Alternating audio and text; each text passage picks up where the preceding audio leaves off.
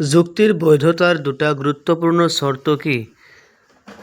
এনচাৰটো দিয়া আছে তৰ্কবিজ্ঞান আকাৰগত আৰু বস্তুগত উভয়ৰ সৈতে জড়িত, এইটো দিয়া আছে। তাৰপিছত আহিল আগমনাত্মক যুক্তিৰ বৈশিষ্ট্যবোৰ লিখা,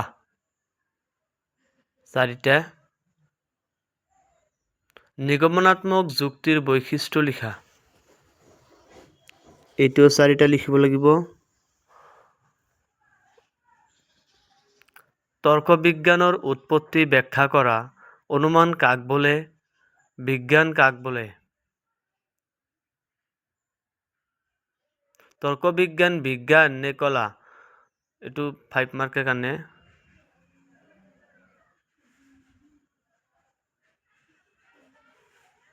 এইখিনিও লিখিব লাগিব।